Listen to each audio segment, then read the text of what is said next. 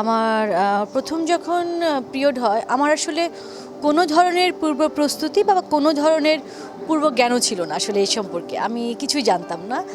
তো আমি ভয় পেয়ে গিয়েছিলাম এবং তবে তখন আমি বাবার সাথে বাবা আমার খুব ভালো বন্ধু ছিল।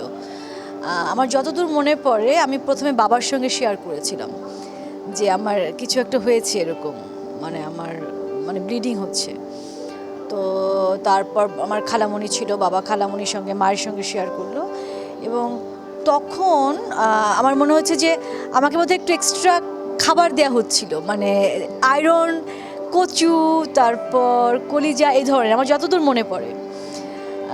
তো ওই অবস্থা থেকে আমার যেটা মনে হয়েছে যে এটা কিন্তু এই ঘটনাটা আমার স্কুলেও ঘটতে পারতো, তো বা অন্য কোনো জায়গায়ও ঘটতে পারতো, বাড়ির বাইরেও ঘটতে পারতো।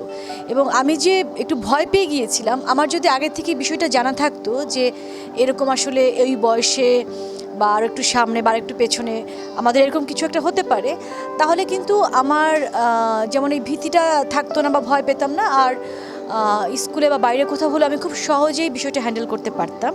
তো এটা শরীরের খুবই স্বাভাবিক একটা প্রক্রিয়া এবং আমার মনে হয় যে এই যে ট্যাবু, আমরা পিরিয়ড বা মাসিক শব্দটা উচ্চারণ করি না বা এটাতে খুব লজ্জা পাই ছেলেদের সামনে বা অন্য কোনো অনেকের সামনে, রাস্তাঘাটে, যেখানে সেখানে।